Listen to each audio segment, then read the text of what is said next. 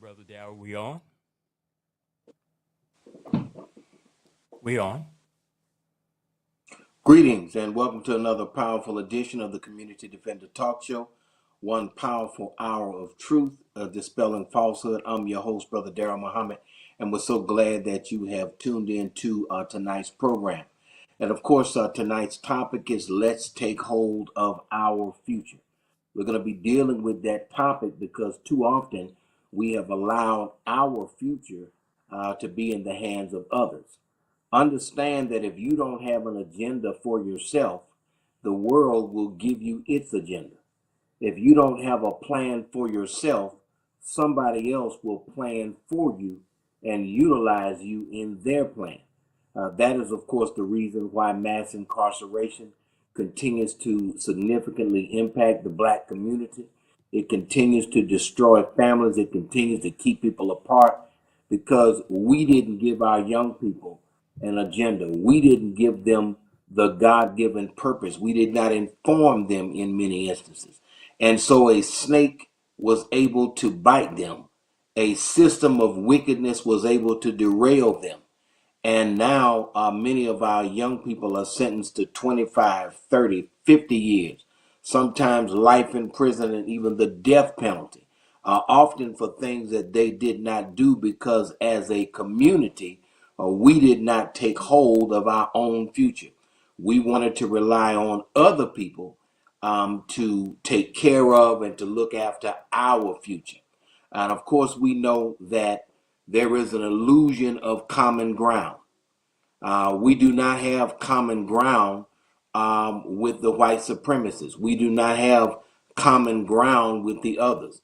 We may have common needs, but the way we see those needs, the way we see the fulfillment of those needs, the way those needs come in our mind is different.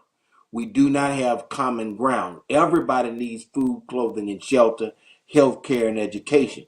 Those are the five things that everybody in human form needs. But just because we have common needs does not mean we agree on how all that is to be achieved. And one of the things that struck me here in the area that I live is that once they separated and got their own school district, once they cut off their own school district, they raised taxes and began to fund their school system. Now, as long as they were in with the bigger school district before those Republicans split off in their own little towns, every time the issue of funding would come up, they would always say, always, you can't just throw money at the problem. But the minute they split off into their own school district, the first thing that they did was raise taxes because they, as Republicans, they are supposed to be anti-tax. The first thing they did was raise taxes and throw money at the problem. And now their schools are some of the highest ranked schools in the state because they did the very thing they advised us not to do, and that is to spend money on education. So nothing that we can do to be accepted by white America will work. And what we as black people must do is accept ourselves. That's been a major, major issue, a major problem is our refusal to accept who we are and our responsibility to make our community a decent and safe place to live. That's our responsibility. And even if somebody else brings the drugs in, we know that the government of the United States of America brings drugs into the country. They do it themselves. And then they imprison you for the epidemic of drugs that they themselves started. We also know that there's been a lot of bombing and attacks on boats in the Caribbean, claiming that they were drug boats. But the CIA planes that bring the dope in, the government planes that bring the dope in reality, have not been bombed, have not been attacked. And with all of the bravado, with all of the fanfare of we're killing the people that are bringing drugs into our country. And yet and still, in most communities, you can go really, really close and find some drugs, find some fentanyl, find some cocaine, find some crack, find some heroin. The drugs are still here. It's just that the people are dead, the people are in prison, but the dope is still here. There's never been a war on drugs. There's only been a war on black people using drugs as a pretext. Now I want to say something, and I have to say something about this debate as it relates to vaccines. Y'all know that we have talked about vaccines on our program several times. We've gotten into some trouble for even having the conversation.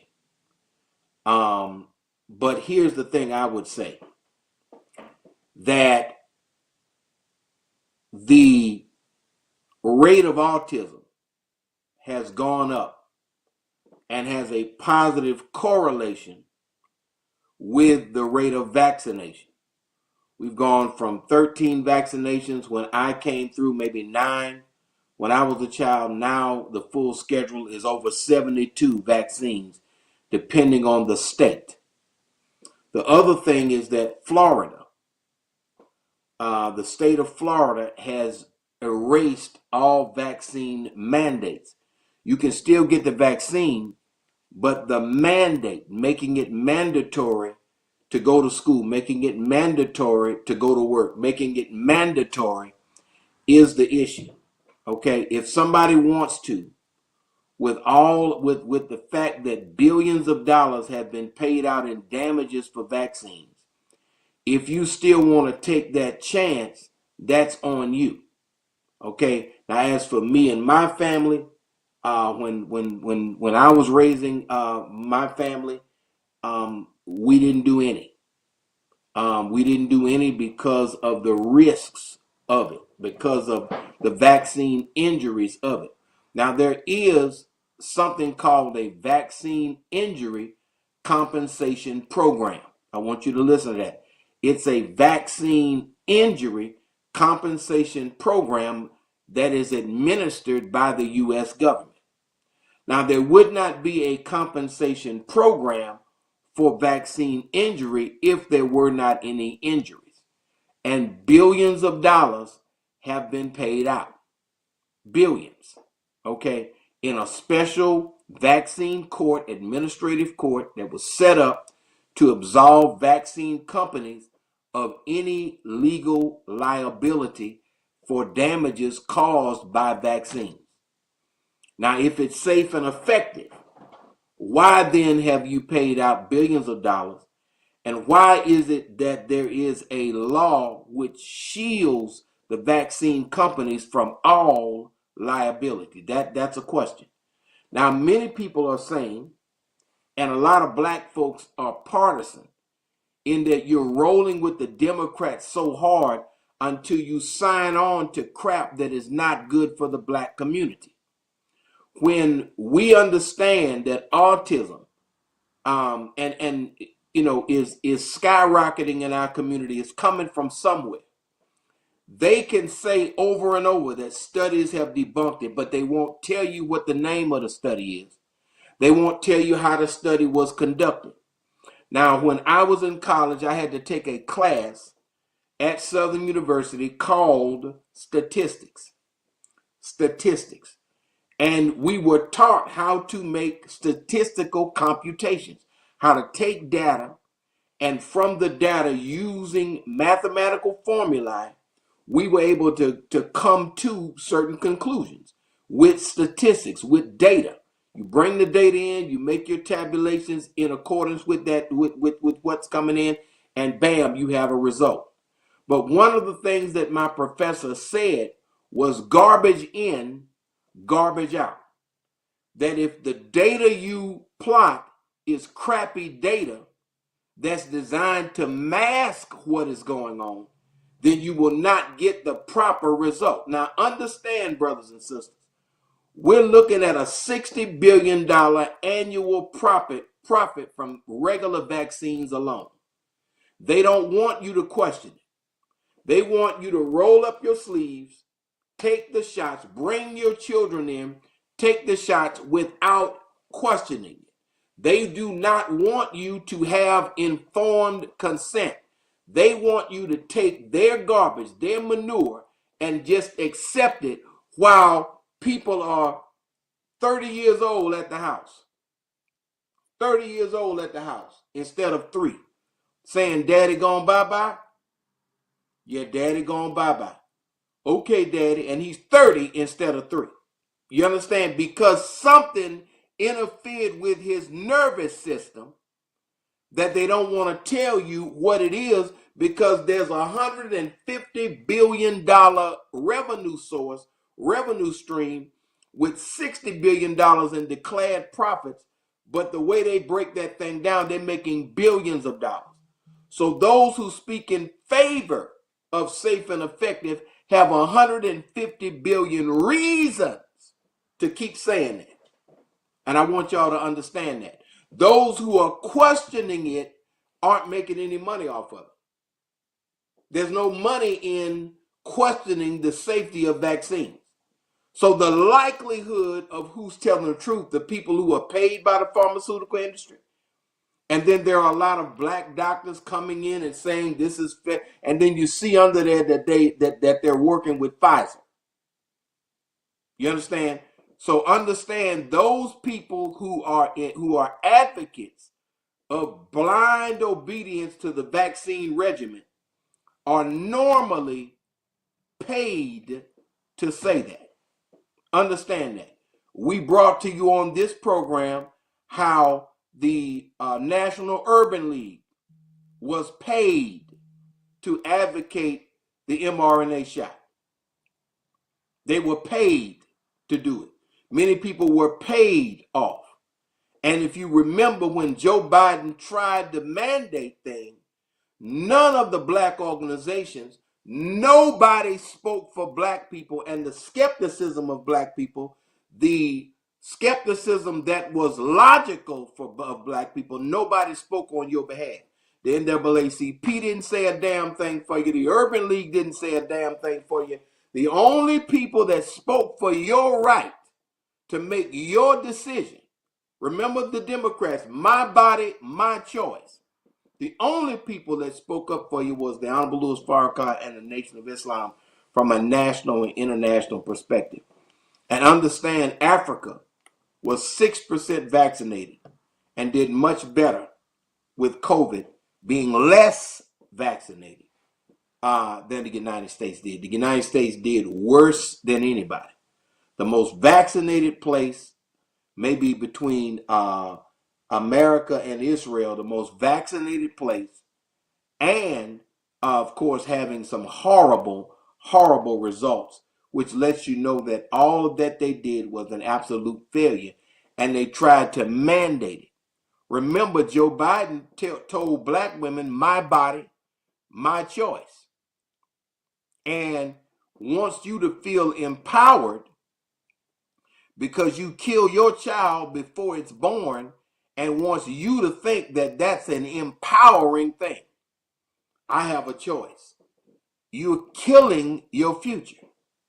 But because black folks in politics want to be loyal Democrats, you often become disloyal blacks. So the abortion agenda, which takes out sometimes 400,000 of our babies in 1 year, that can't be good for us. And the LGBTQ agenda, which is feminizing the black man, making our children to make choices that are not good for them. The idea, and I want you to think about it logically, a 12-year-old boy cannot make a decision to have a shot of Hennessy. It's illegal. Now, that shot of Hennessy will be oxidized by his liver in 1 hour. I'm not in favor of alcohol because I don't drink alcohol, but I'm making a point.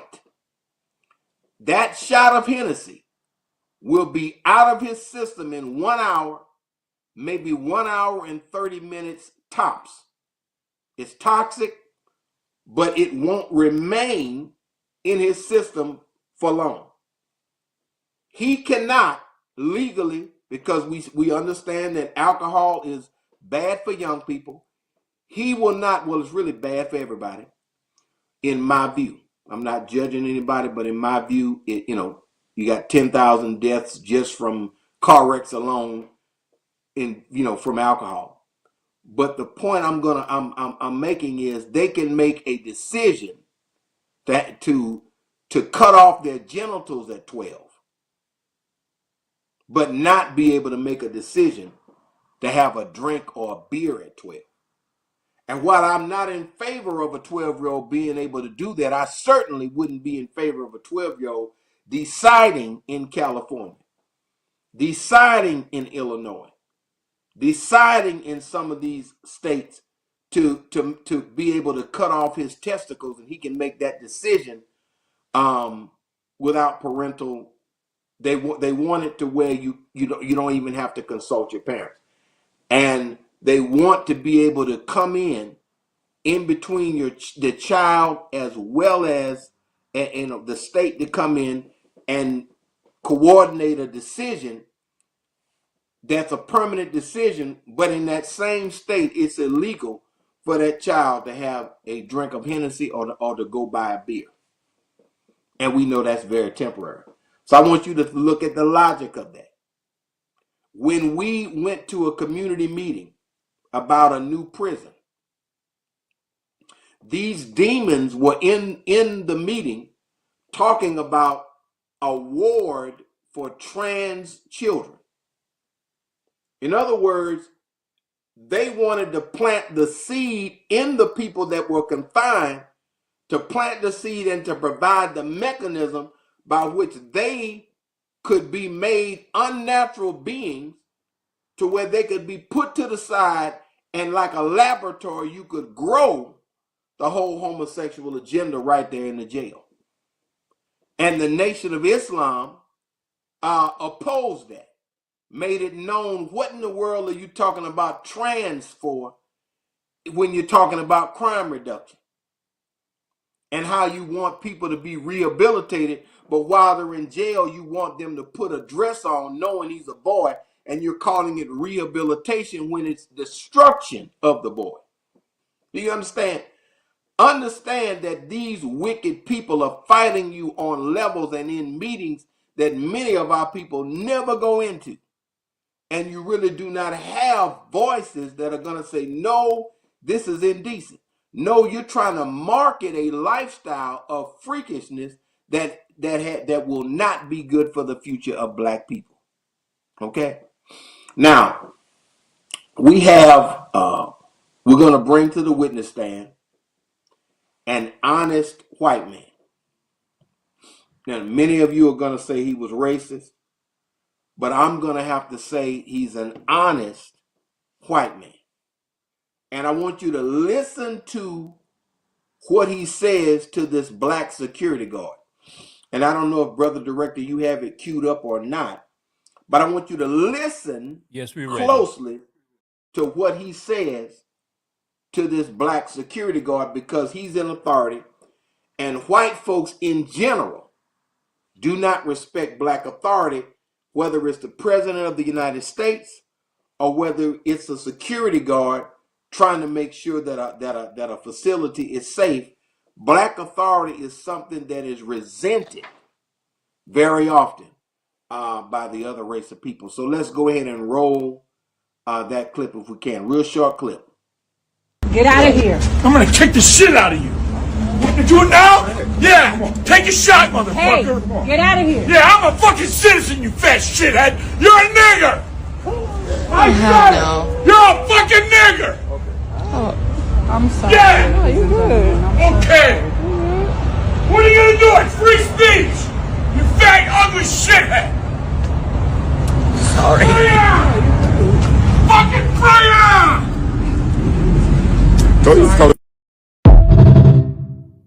Get out of here. I'm gonna kick the shit out of you. You do it now? Yeah. Take a shot, Hey, motherfucker. get out of here. Yeah, I'm a fucking citizen, you fat shithead. You're a nigger. I said it. You're a fucking nigger.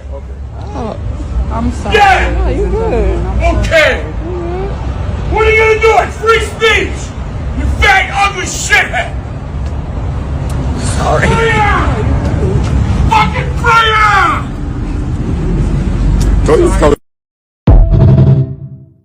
And I wanted you to see that.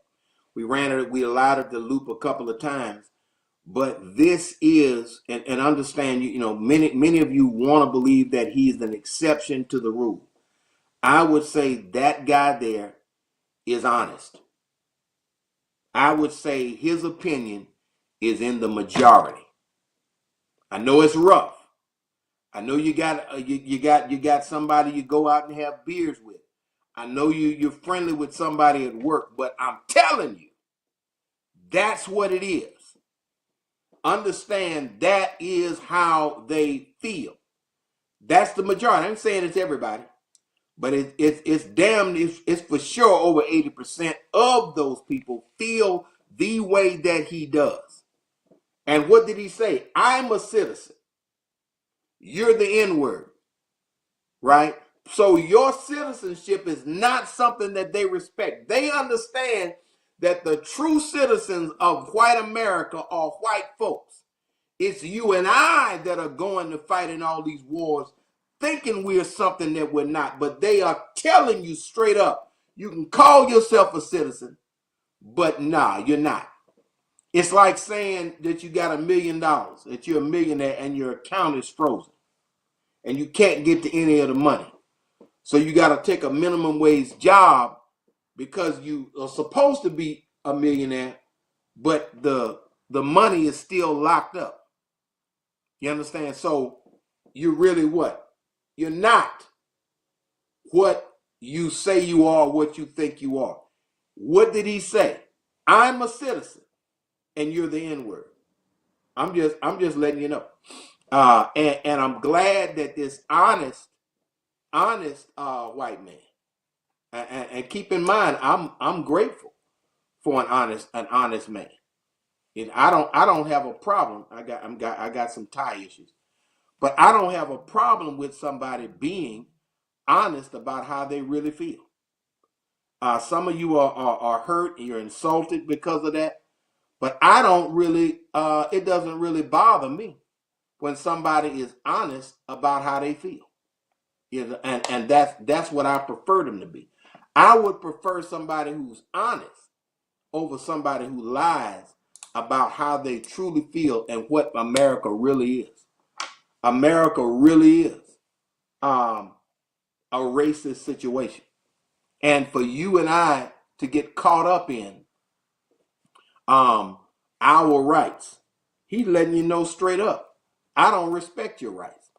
I don't respect your so-called citizenship. I don't respect it. And you know what? Let's be honest. Those police officers who beat Ronald Green to death, they were the same way. The whole state police system, the same way. They did not respect Ronald Green's citizenship. And they simply beat him to death because that's what they wanted to do. When the officer shot Michael Brown in the back of the head, when Sandra Bland was simply brought to jail and just hung to death. All of these things are indications that they do not respect your citizenship. Okay? You're the one that's saying you're a citizen, but in reality, that citizenship didn't do Ronald Green any good. It didn't do Trayvon Martin any good. It didn't do Michael Brown any good. It didn't do Emmett Till any good. And of course, we have a nurse that took a plea, a nurse who hurt black children in the hospital, and her name is Erin Stratman, and she took a plea, and it's believed that she literally targeted, for the most part, black infants. So these infants are in neonatal intensive care, and they're coming up with these unexplained bone fractures from this sicko who is hating people when they're babies. A baby that's 2 pounds when they're born and hurting. That person is literally going to them and just breaking the leg, breaking the arm of little babies. This is how deep the hatred gets. And we all have to be aware of this hatred. It's just that bad. You cannot let your guard down as a black person for 1 minute in America. When your babies are born, you got to watch when your babies are born, because they'll put something in your baby's system with a needle that will have your baby not being able to talk until they're 10 years old. You got to watch these people because they don't love you. And it's time for us to take hold of our future. Now, I'm going to mention something. We got this Final Call newspaper, and it deals with remembering and appreciating Dr. King. And if you go on the Final Call website, finalcall.com, you can read this article.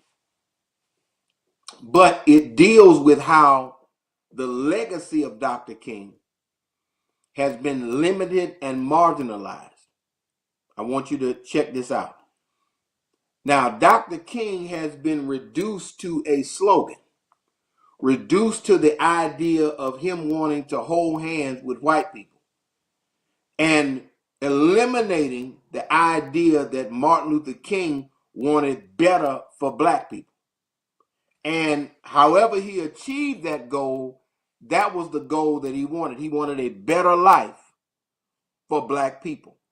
He wanted black people to be treated justly. Now, the thing is that he initiated boycotts. Understand that the boycott, the economic thing, was the best weapon that black people had to achieve objectives. Our leaders are allowed to lead protests, but are often unfunded when they try to lead a boycott. Understand that the boycott, the economic weapon, is a very effective weapon that they do not want our leaders to utilize ever again. But why? Because it worked. If you can target a certain business, let's say that business isn't treating our people right, you can target that business. And many of the Wally World locations, many of the Walmart locations, you have a situation where 90% of the patrons are black. That whole facility is kept open. I'm talking about millions of dollars coming in a day by black people. Where would Walmart be without black people? Wouldn't be where they are today. Where would Amazon be without black people? It wouldn't be where it is today. For that matter, where would Starbucks be in many of these locations without black people? So we have the ability to do things economically, to economically punish our enemies. But the leadership is scary. And that is why the Honorable Louis Farrakhan calls for black people not to patronize the big box stores, but during even Christmas time, to seek out black-owned people, black-owned businesses, and focus your money there. If you're going to buy a Christmas present, buy it from a black retailer, buy it from a black manufacturer. That way, the people are feeling the pain that they inflict on you each and every year. They are feeling it themselves, and then it gives you the power to negotiate from a position of strength rather than from a position of begging. Because remember, when that Montgomery bus boycott happened, when it was led by Dr. King, economically, the bus company was brought to its knees economically because of the importance of black people's money in paying those fares. And that particular model can be and should be duplicated all over the place. Either we get some money or y'all get no money. And that's just the bottom line. And when you look at this thing from the standpoint of planning for your future, okay, all black people, and I'm not saying we should be suspicious of the government, because suspicion is thinking that somebody might not be right. No, it's beyond suspicion. We need to know that the government is not right. We need to not be suspicious of the medical industry. We need to know that the medical industry has killed a lot of us and is looking to kill more of us. That's the way we should approach the medical situation. That's the way we should approach government. That I'm not suspicious of a lie. I know he's gonna lie. Suspicion is too soft. We need to know that this enemy is trying to kill us, trying to fool us, trying to thwart our future. And they're closing down schools and building jails. If somebody is doing that, they're not in favor of your best interest. Brother Darrell, And Dr. I King, want to superimpose this graphic right here for you right quick to make a comment on it. Thank you, sir. yes, sir. Go ahead. You see the graphic, Dr. Martin Luther King. I feel I may have integrated my people into a burning house. If you want to comment, someone text me about that. Oh, yes, sir. Well, he did say that to Harry Belafonte. He did say that he was in a dark mood and didn't feel good about the direction that black people were going with the integration. And if America is falling, or if the Titanic is sinking and you're on the Titanic, then that does not bode well for you and your future, right? But the thing he also said is that we have to become firemen. Now, the Honorable Louis Farrakhan asked the question, what if God started the fire? Because if God started the fire, you can't really put it out. And integration has been an abysmal failure. Many people who are comfortable will say we made a lot of progress. I want you to get that. They will say we made a lot of progress. Well, we've got a lot of symbolism, but the progress is not something we made. When you think about Barack Obama, you think about Kamala Harris, you think about the numerous senators that we've had, governors that we've had. Were they able to change the plight of black people in the system as the way it was set up? Now, this right here is $1. Okay, you used to be able, when I was a child, you could buy a whole bag of candy for this. Now you can't even get one Twix. Okay, you can't even get a Twix for this. But this right here, leverage right, is very, very powerful. Okay, it's very powerful, and that's what we have. We put this on Gucci instead of education. We've put it on Louis Vuitton instead of farmland. We've put it on things that are a bunch of trinkets that are not going to lead to anything.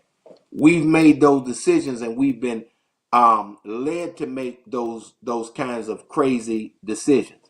Now, people are going to talk about progress, and tomorrow, Dr. King's legacy. Everybody's going to talk about the progress that we've made. Oh, we've come so far.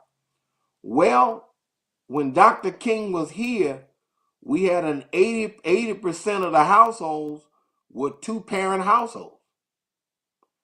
Children had discipline.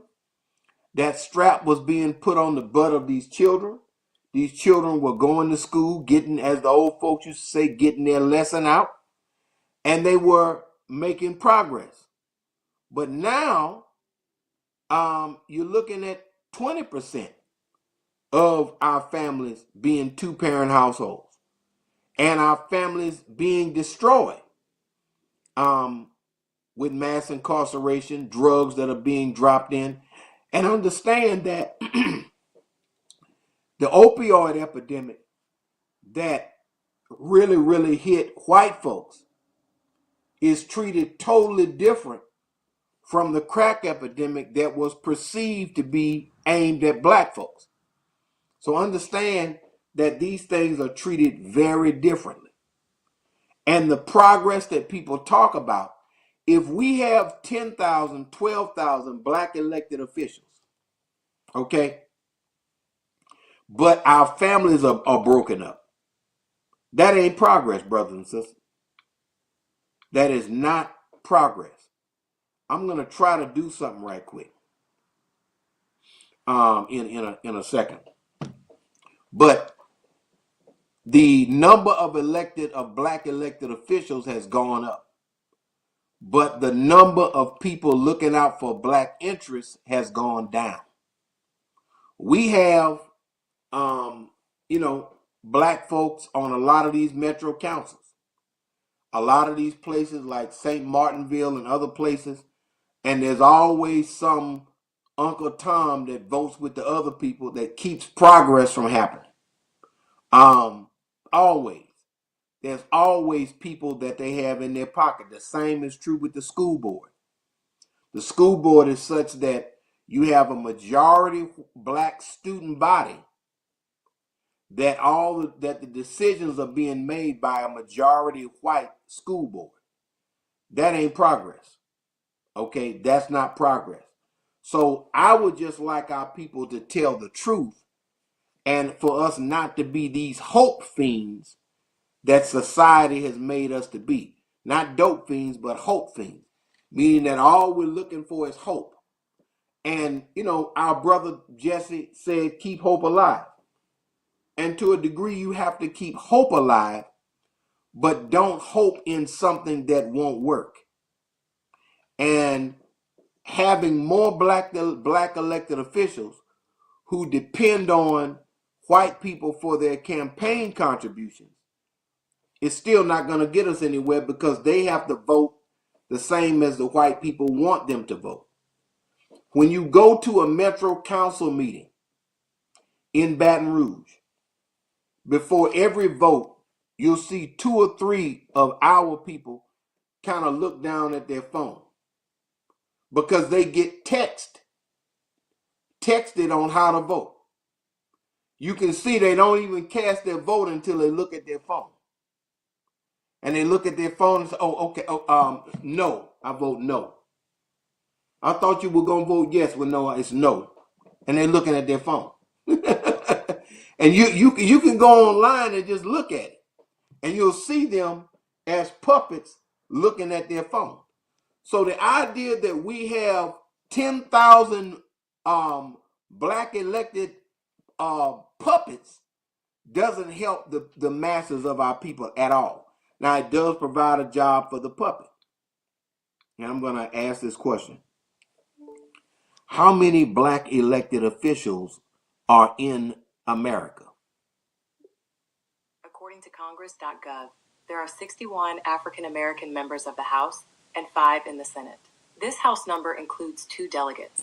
There are 56 Hispanic or Latino members serving, 50 in the House, including 2 delegates and the resident commissioner, and 6 in the Senate. Interesting. I don't know if y'all heard that, but I guess I'm gonna have to qualify what I want to know. The total number of black elected officials in the United States. While there isn't a precise, up-to-the-minute count for all black elected officials, there are currently record numbers in Congress, around 67 total. It's not giving me the number. It's probably around 11 or 12,000 when you include everything. And the way that this Google is set up, it's set up to where you have to really dig to get information, which is fine. But the bottom line of it is, we used to have just three black members of Congress. One time we only had one. And those three were doing a better job than the larger number that we have now. We have about 61 black members of Congress. And the question becomes, what are they doing? Why haven't they warned black people about the dangerous things that are going on, the dangerous bills that are being passed and being voted on? Why haven't they done so? Because they get their money from people outside of the black community, which means that they might as well be other folks. Unless, see, I don't just have black skin, which I'm very glad that I have black skin. But I don't just have black skin, I got black thinking. I got love in my heart for black people. That's what sets me apart. And that's what sets my teacher apart, the Honorable Louis Farrakhan, is we don't just have the skin. We have the love, we have the nature, we have the mindset to love our people. And with each elected official I meet, my question is, what are you doing for black folks? Now, there's an activist brother by the name of Gary Chambers. Very well-spoken young man. Brings a lot of stuff to the forefront, ran for office a few times. But one of the things he pointed out in an article on one of his Facebook posts, several of them, is that there was an $850 million infrastructure plan that was touted by the first black mayor of Baton Rouge, where black areas in Baton Rouge got 42 million out of the 850 million. That's 5% when we're over 50% of the city. And so even when you have black people in office, they are marketing things to you that are detrimental for you because white folks pay them and have the money behind them. And so while, Kip Holden was a great personality, a wonderful politician, a person that it was hard not to like Melvin Kip Holden. But I significantly dislike the way that he governed as it relates to black people and how he buck jumped and buck danced for the police union. I definitely don't like that. I definitely don't like what black folks got under his leadership, which was next to nothing. Now, do I like him? Of course. Beautiful brother. If you meet him, everybody would like him.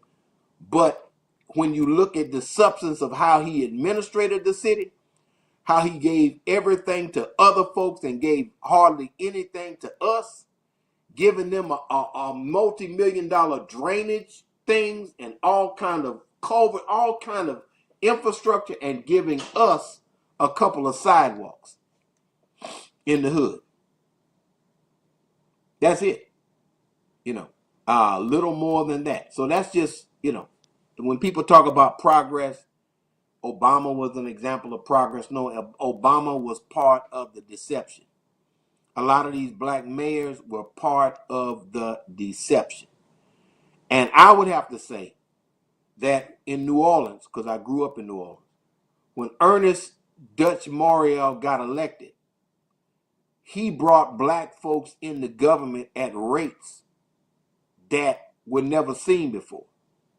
When Ernest Dutch Morial got in, he worked on roads and drainage in black areas of New Orleans where it had been neglected for decades.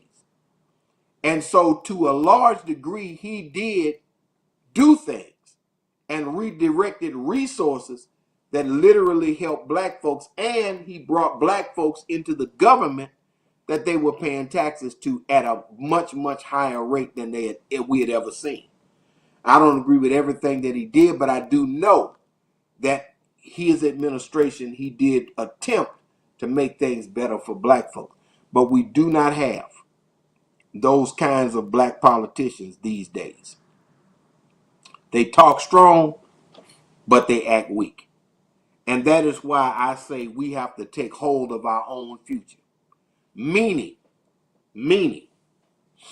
that if we eat, we need to start thinking about farmland instead of food stamps. We need to, if we need education, we need to start thinking about what we can do to provide the education that our children need. Many of us complain about them taking Black history out of the schools. Well, hell, it wasn't much to Black history in the schools in the first place. But if they are taking it out, why would you allow them to determine the self-worth of your children? Why don't you teach your children history, discuss history with them, learn history yourself, and discuss it with your children? Why don't you set aside an independent school with an independent education for yourself? Why don't you come together? Brother Darrell, we got a phone call. We got a phone call. Yeah, let's go ahead and take Go this ahead, call. caller. Go ahead, caller. Yes. Hello, Brother Darrell. Another good, powerful show. I wanted to say that what that white nurse was doing, breaking our baby's bones, that's something Mm-hmm. that has continuously gone on in the medical field. And it dates way back when they would take the children, when they would take the children and feed them to alligators just to get rid of them. I also wanted to mention that uh, if Dr. King was alive today, I think what he would be telling all of us right about now is to get your passport. Make sure your passport is up to date. Make sure everything is good because these slave states here in the United States have continuously shown us that they don't care about us, they don't want us here, and uh, we need to show them more than we could tell them because it's our taxpayer money that they continuously use. It's our sweat and equity. It's our lives that was our ancestor lives that was lost when it came down to voting and trying to make sure that we get what we actually deserve. Thank you, sir. Thank you. And even now, with the voting, they're working to eliminate the other majority Black district. They're seeking to eliminate Cleofield's district again in a lawsuit. Whether they'll be successful or not, I don't know. But I do know that Mr. Fields will do a better job of speaking for our concerns than the other person that they might want in there. And understand in recent years, Louisiana did lose a congressional seat due to the relative loss of population. And it is due to the fact that the way this state is governed, the economic opportunities are just not there for a lot of people, and they're seeking a better educational and better economic opportunities. So a lot of we know Louisiana is losing population, not just Black, but white folks are going to LSU, going to ULL, and simply moving out of state, going to University of Lafayette Monroe, going to Grambling, and moving to Texas. People are literally getting up out of here because of the lack of opportunity, the racism, the classism, the sexism.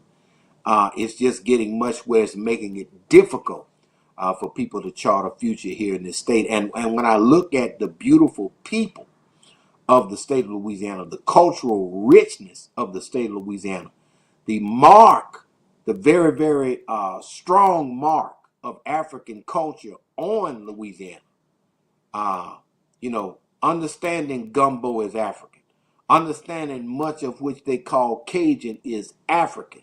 The whole idea of the spicy food, the rice, all from Africa.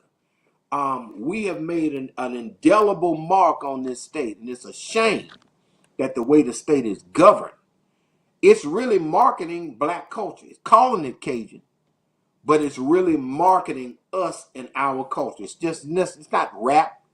It's not just rap and hip hop, it's the whole food culture. It's the whole festival culture. It's the whole music culture. All of that comes out of our people. It all comes from us. So what they're calling Cajun, they need to start calling African, because that's what it is. Of course, as a Muslim, I would have to say we need to back away from that pig. I have to put that out there because I think that pig is clogging our arteries and causing us arthritis. So I have to advocate for black people. I need you to give up that pig. If you can't, give it up. But the culture that we have brought to this state, and that this state makes millions of dollars off of our culture that we have made. When you consider that the Creole language is maybe 20 or 30% African derived. I mean, think about that. We created a whole language and a whole culture right here in this state. A culture that people are studying up to this very moment. It's mind blowing what we have been able to do under some of the worst tyranny that the world has ever seen. We got to take hold of our own future. Now, that sick woman, and you got a lot of these sick bastards. Erin Stratman, she is comped to plea. She pleaded no contest. And with all that she did, I think it's to 9 different babies. One baby had around 12 different fractures. Understand that they hate you when you're a baby. You're a baby and you're 2 pounds. And somebody is trying to break your legs. You're just a little black baby that just got here. And there's a racist person trying to hurt you when you're 2 pounds. Okay? We gotta, at some point, we have to say, look, this integration thing, we may need to rethink this idea of progress. Because there wasn't progress now for those babies whose bones were broken. All right? I know they talk about progress, but it only means that a few more of us have been made comfortable so we can promote the system. And so they just enlist us in promoting the system because they make us comfortable. And a lot of us really don't want to be free anyway. We just want to be more comfortable. I just want to move out of the projects into a 5-bedroom home sitting on an acre and a half. But I really don't want to be free. I just want to be comfortable. I just want to get off the bus and I want a Lexus. I want a G-Wagon. But they really don't want to be free. And we just have to be honest about our own desires as individuals and as a people. We've been fighting for closeness to other people, not for freedom of ourselves. And that's I think the disconnect. There's a difference between freedom and integration. Integration takes you away from freedom, and doing your own thing, growing your own food, makes you more free and reduces your cancer rate.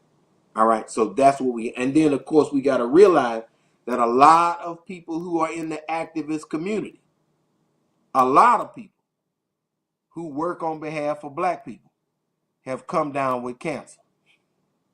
I'm just telling you. 2 minutes, brother. I don't know what's 2 going minutes. on, but if you love black people, your chances of getting cancer go up. I'm just letting you know. Just wanted to lay that out there.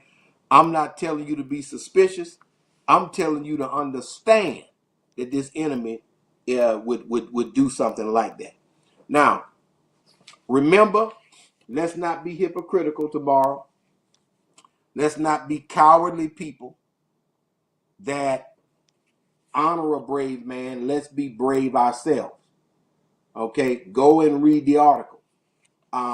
They want to reduce Dr. King to a slogan. And Dr. King, in his last speech, said, take your money out of white banks and put it into black banks.